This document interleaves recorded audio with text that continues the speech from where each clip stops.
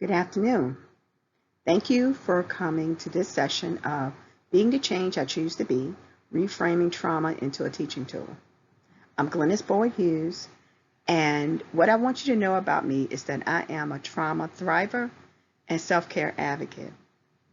I will preface this presentation by saying I'm not an expert on trauma from the academic nor medical standpoint. What I am is someone who has been able to take the traumatic experiences of her life and turn them into something that we call resiliency, something that I am very grateful for, and that I hope you'll be able to get something from this presentation as well to help you in your work and as well for yourself.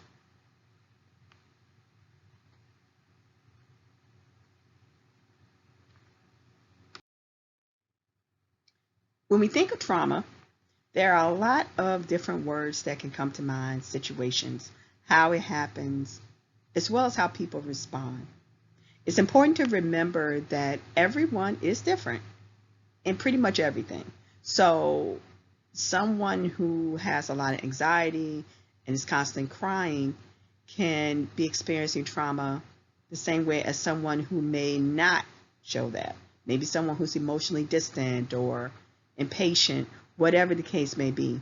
Now, those particular emotions are not necessarily just associated with trauma, but they are examples of what trauma, how it can manifest, if you will. What is trauma? In a nutshell, trauma is a person's emotional response to a distressing experience, much like the experience I just shared previously. No one can really go through life without experiencing some type of trauma. For example, right now, as we are hopefully at the end of the pandemic that we've been in for about a year now, all of us in different ways have experienced trauma, whether it was not being able to see loved ones, losing loved ones, constantly reading about what's happening in the news. All of those things are traumatizing. Nonetheless, outside the pandemic, there are other things that can happen as well. So, I am a storyteller and I want to tell you a story.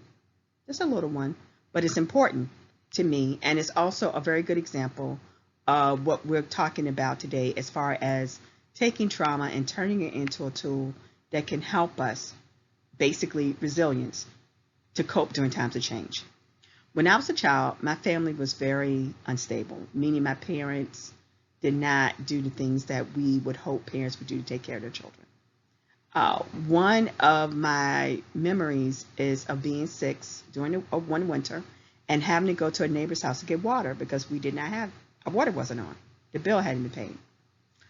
I went across the street with my two milk jugs, plastic milk jugs, empty to get water, got the water, and came back to the street where I stopped because I realized then how icy the street was that I had to cross.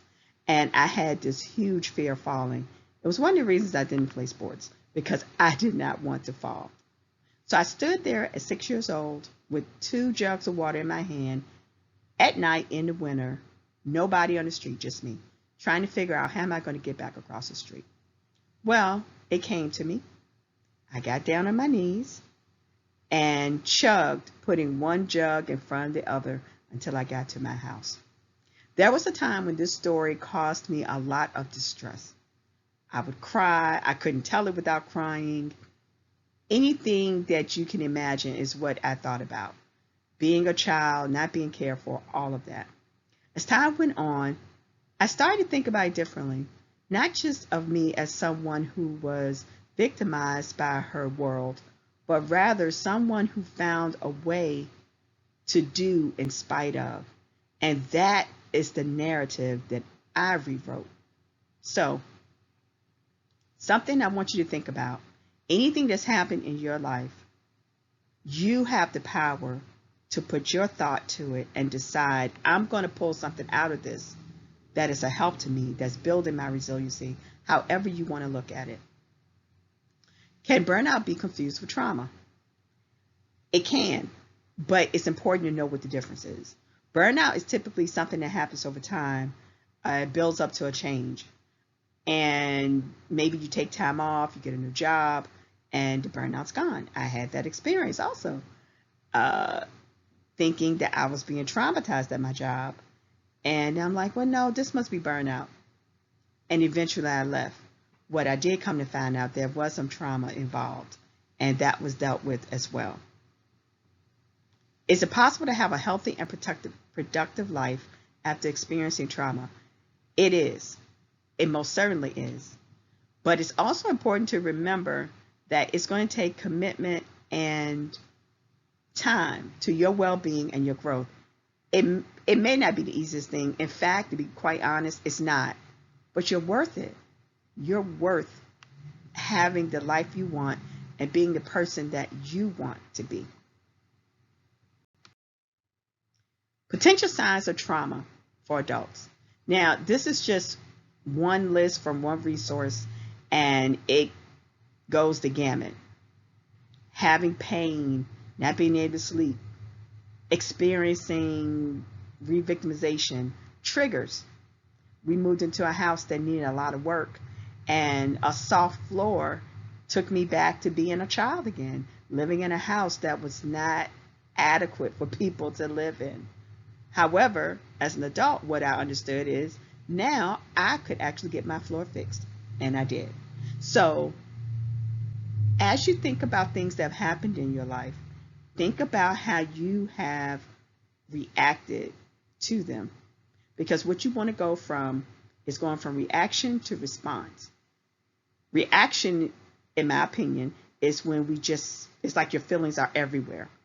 Like I was when I first used to think about being that little girl with water. Now, it's more of a response, understanding what that situation was and my place in it. Resilience is about being able to overcome the unexpected. Sustainability is about survival. The goal of resilience is to thrive. So on my first slide, and when we got started, I noted that I consider myself a trauma thriver. I want to do more than survive, and you do too. To me, surviving is like you're getting paid, but you don't have any money in the bank. So anything that comes up, you don't have anything to pull on. I want some money in the bank, and I know you do too. So my resilience that enables me to thrive means that I get an abundance of the thriving, the resilience to be able to overcome whatever comes up. We build inner strength through embracing the totality of our experiences, the delightful and the difficult parts. So, yes, it's not easy to go back and think about what we've gone through, how it's impacted us, particularly when we're in that reactive stage.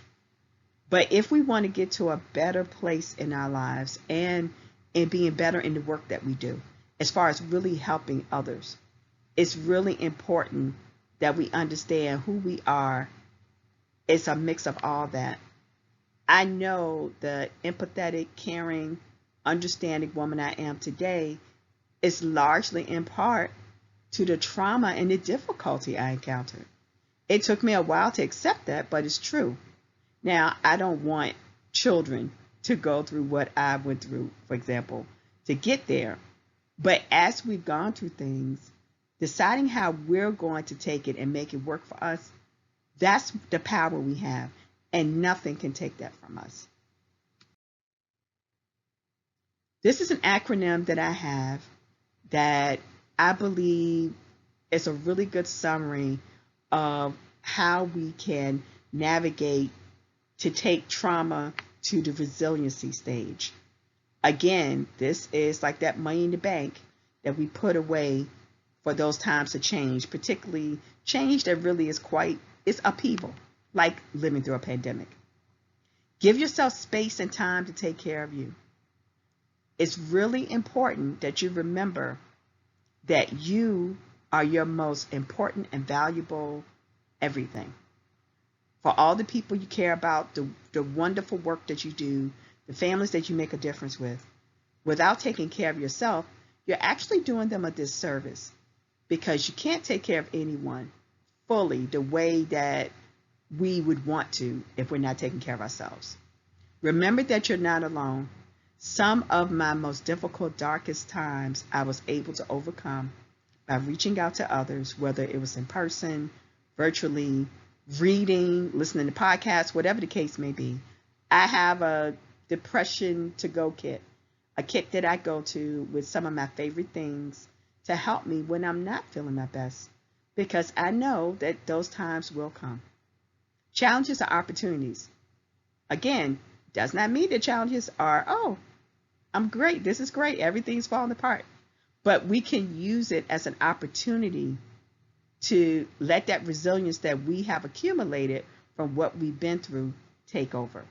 Uh, Last semester, I told my students that basically them being in college, even though we are in the midst of a pandemic and working through what we're working through, means that they are building incredible resilience, and that's important. Welcome each day as your personal platform to shine. That says it all right there. At your leisure, I put together a list of resources that you can use, maybe if you want to create your own self-care go-to kit. TED Talks, some readings, and a playlist that I made specifically for today. I call it the Power Pack. I hope you like it. I really appreciate you being here today and taking some time to spend with me and talk about trauma being something that we can use to our advantage. And again, it is not me advocating that trauma is needed to become resilient, but if you think about it, adversity is the thing that shows us what we're made of. And if it's something that's not there or something we want to be there, we can change that. Thank you again, and have a great rest of the day.